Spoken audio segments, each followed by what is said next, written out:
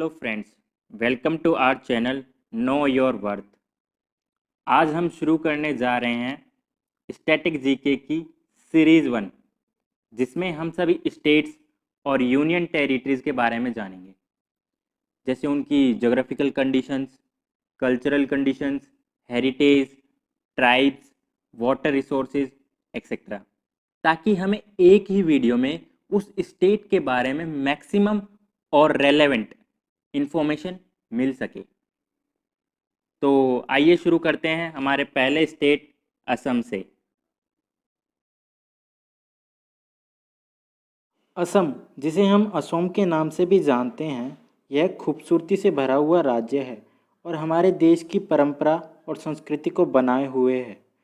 चलिए अब हम इसके बारे में कुछ इम्पोर्टेंट पॉइंट्स डिस्कस कर लेते हैं। आधुनिक भारत के इतिहास की किताबों में हमें बताया गया है कि पहले असम बंगाल का हिस्सा हुआ करता था। भारत के स्वतंत्र होने के बाद 26 जनवरी 1950 को यह अपने पूर्ण स्वरूप में सामने आया। दिसपुर को इसकी राजधानी बनाया गया। असामीज़ व बोडो यहाँ पर ऑफिशियली बोली जाने वाली भाषाएं हैं। 78,438 स्क्वायर किलोमीटर के एरिया में फैला हुआ है। एरिया वाइज अगर हम इसकी रैंक देखें तो यह 16वीं रैंक पे आता है। लिटरेसी रेट यहाँ की 67.68% है। सेक्स रेशियो यहाँ का 912 महिला प्रति 1000 पुरुष हैं। पॉपुलेशन यहाँ की 30.57 मिलियन है।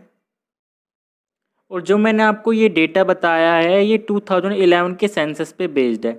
जैसे ही हमारा 2021 में सेंसस अपडेट होगा वैसे ही मैं आपको नई जानकारी के साथ अपडेट कर दूंगा। लार्जेस्ट सिटी यहाँ की गुवाहाटी है। 34.21% of its geographical area consider under forest. जिन राज्यों से ये अपनी बाउंड्री शेयर करता है वह हैं अरुणाचल प्रदेश, नागालैंड, मणिपुर, मिजोरम, त्रिपुरा, मेघालय व वेस्ट बंगाल। जिन देशों से वह अपनी राजधानी शेयर करता है भूटान व बांग्लादेश। हाई कोर्ट जो है असम का वो गुवाहाटी में स्थित है।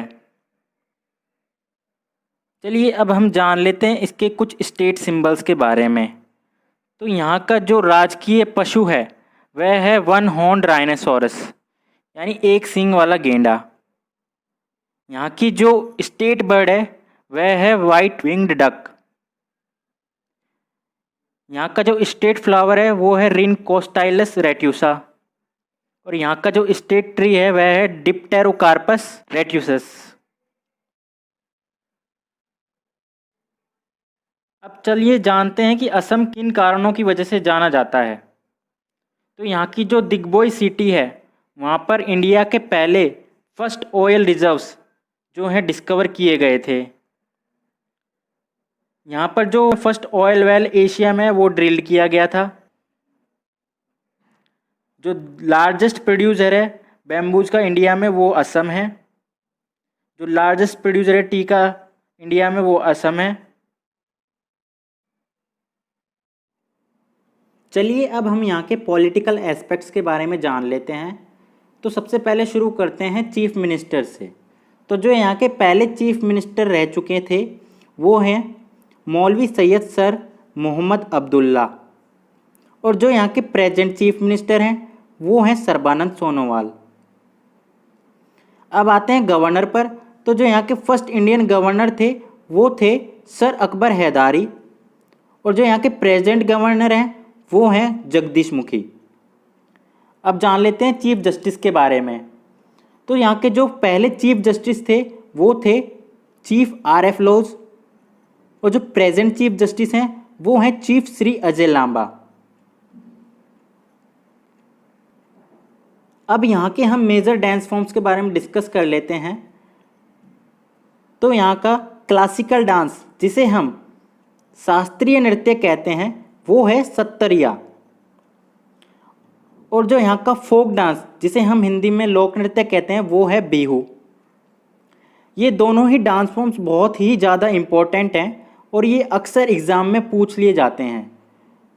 अब हम इनके अदर डांस फॉर्म्स के बारे में डिस्कस कर लेते हैं, जो कि है बाहोना, ओजापाली, नाच, झूमुर, भावरिया, भोरताल नृत्य, धुलिया देवडानी, गुमराग एंड बगुरुम्बा। चलिए अब हम यहाँ के flora and fauna protection areas के बारे में डिस्कस कर लेते हैं। तो सबसे पहले जान लेते हैं नेशनल पार्क्स के बारे में।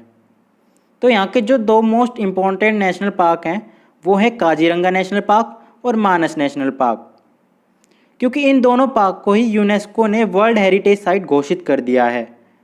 और जो असम का स्टेट एनिमल है यानी वन हॉर्न राइनोसोरस वो काजीरंगा नेशनल पार्क में पाया जाता है। इसके बाकी के नेशनल पार्क हैं Nameri national park, Dibru Saikhowa national park और राजीव गांधी ओरांग नेशनल पार्क। अब हम डिस्कस कर लेते हैं इसकी बर्ड सेंचुरीज को। तो इसकी सबसे पहले जो बर्ड सेंचुरी है वो है दीपोरबिल बर्ड सेंचुरी, पानीधिंग बर्ड सेंचुरी और बोरदोईबम बीलमुख बर्ड सेंचुरी। ये सभी बर्ड सेंचुरी इसकी इम्पोर्टेंट बर्ड सेंचुरीज हैं, तो ये आपको याद करना ज़रूरी है। मैं मानता हूँ कि नाम कठिन है, लेकिन आप 2-4 बार रिपीट करेंगे तो आपको याद हो जाएंगी। चलिए अब हम इसके इम्पोर्टेंट वाटर रिसोर्सेज के बारे में जान लेते हैं। तो इसके इम्पोर्टेंट रिवर्स कौन कौन सी हैं। इसकी इम्पोर्टेंट रिवर्स हैं ब्रह्मपुत्र, सुबनसिरी, लोहित व दियांग। अब हमारे पास में एग्ज़ाम में क्वेश्चन इस प्रकार से आएगा कि निम्नलिखित में से कौन सी नदी असम में नहीं बहती है। क्योंकि अगर क्वेश्चन ऐसे बन के आता है कि कौन सी नदी असम में बहती है तो हम इसका जवाब नहीं दे पाएंगे, यानी आंसर नहीं कर पाएंगे, क्योंकि ये सारी की सारी नदी जो हैं वो बाकी राज्यों से भी होकर गुजरती हैं। अब हम इसकी इम्पोर्टेंट लेक्स के बारे में जान लेते हैं।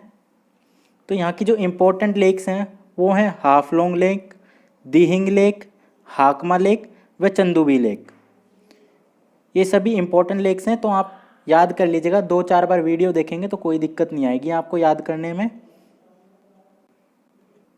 तो चलिए अब हम डिस्कस करते हैं इसके important thermal, nuclear and hydro electricity power plants के बारे में। तो इसके इम्पोर्टेंट थर्मल पावर प्लांट्स हैं नामरूप थर्मल पावर स्टेशन और लकवा थर्मल पावर स्टेशंस। ये दोनों ही आपको याद करने हैं। अब जान लेते हैं इसके हाइड्रो पावर प्लांट्स। करबी लैंगपी हाइड्रो इलेक्ट्रिक प्रोजेक्ट और मिंत्रियंग हाइड्रो इलेक्ट्रिक प्रोजेक्ट। चलिए अब हम इसके इम्पोर्टेंट एयरपोर्ट्स को डिस्कस कर लेते हैं। तो इसके इम्पोर्टेंट एयरपोर्ट्स में जो सबसे मोस्ट इम्पोर्टेंट है वो है लोकप्रिय गोपीनाथ बोरदोलोई इंटरनेशनल एयरपोर्ट गुवाहाटी। बाकी जो एयरपोर्ट हैं Dibrugarh airport, Silchar airport, Tezpur airport, ये सभी के सभी वहाँ के सिटीज़ हैं, तो हमें ये आसानी से याद हो जाएंगे, इनमें ज़्यादा दिक्कत नहीं आएगी। लेकिन जो मोस्ट इम्पोर्टेंट है वो है लोकप्रिय गोपीनाथ बोरदोलोई इंटरनेशनल एयरपोर्ट गुवाहाटी। अब जान लेते हैं हम इसके फेमस स्टेडियम्स के बारे में। तो यहाँ का जो फेमस स्टेडियम है वो है डॉक्टर भूपेन हजारिका स्टेडियम, जिसे हम बरसापाड़ा स्टेडियम के नाम से जानते हैं, जो कि गुवाहाटी में है। इंदिरा गांधी एथलेटिक स्टेडियम ये भी गुवाहाटी में है। जोरहाट स्टेडियम ये जोरहाट में है और नेहरू स्टेडियम ये गुवाहाटी में है। चलिए अब हम जान लेते हैं जो महत्वपूर्ण ट्राइब्स असम में पाई जाती हैं उनके बारे में। बोडो, मीरी, दिमासा, कचरी, देओर और मिकिर, ये सभी महत्वपूर्ण जनजातियां हैं जो असम में पाई जाती हैं, जिनमें सबसे ज़्यादा महत्वपूर्ण है बोडो। ये सारी की सारी आपको याद करना ज़रूरी है, कोई भी आपसे एग्ज़ाम में पूछी जा सकती है, तो आपको ये सब याद कर लेनी है। अब हम जान लेते हैं कि कौन कौन से फेस्टिवल जो हैं वो असम में मनाए जाते हैं। तो सबसे इम्पोर्टेंट फेस्टिवल है बिहू। ये जो फेस्टिवल है ये वहाँ पर तब बनाया जाता है जब वहाँ पर फसल की कटाई की जाती है, अक्टूबर के आसपास के महीने में। अम्बुबाची मेला, यह मेला कामाख्या मंदिर में मनाया जाता है, जो कि असम का एक फेमस टेम्पल है। एलिफेंट फेस्टिवल, ये भी एक इम्पोर्टेंट फेस्टिवल है। और साथ में ब्रह्मपुत्र बीच फेस्टिवल, ये भी एक इम्पोर्टेंट फेस्टिवल है। अम्बुबाची मेले के बारे में मैं आपको एक करंट अफेयर बता दूं कि इस बार का जो अम्बुबाची मेला जो कि कामाख्या मंदिर में बनाया जाना था वो इस बार रद्द कर दिया गया कोरोना वायरस की वजह से। चलिए अब हम जान लेते हैं असम की इम्पोर्टेंट सिटीज़ के निकनेम्स। तो डिब्रूगढ़ को हम जानते हैं टी सिटी ऑफ इंडिया के नाम से। गुवाहाटी को हम जानते हैं gateway of north east India के नाम से। और तेजपुर को हम जानते हैं सिटी ऑफ ब्लड के नाम से। अब वहाँ के महत्वपूर्ण स्मारक यानी इम्पोर्टेंट मॉन्यूमेंट्स के बारे में जान लेते हैं। तो कामाख्या टेम्पल सबसे इम्पॉर्टेंट है, ये कई बार एग्जाम में आ चुका है। सिंह दरवाज़ा, बोरडोल टेम्पल विश्वनाथ में है, शान मंदिर और घनश्याम हाउस, ये सब भी आपको याद कर लेने हैं। चलिए अब हम जान लेते हैं कि वहाँ पर किस किस चीज़ को जीआई टैग्स मिले हुए हैं। तो हम शुरू करते हैं। सबसे पहली जो है वो है मूंगा सिल्क, फिर है तेजपुर लीची और फिर है जोहा राइस। इन तीनों चीज़ों को वहाँ पर जीआई टैग मिल चुका है, तो इनको आप एक बार ध्यान में रखें। तो दोस्तों हम जल्द ही हाजिर होंगे एक नए टॉपिक के साथ। तब तक आप चैनल को सब्सक्राइब करिए, शेयर कीजिए और पढ़ते रहिए।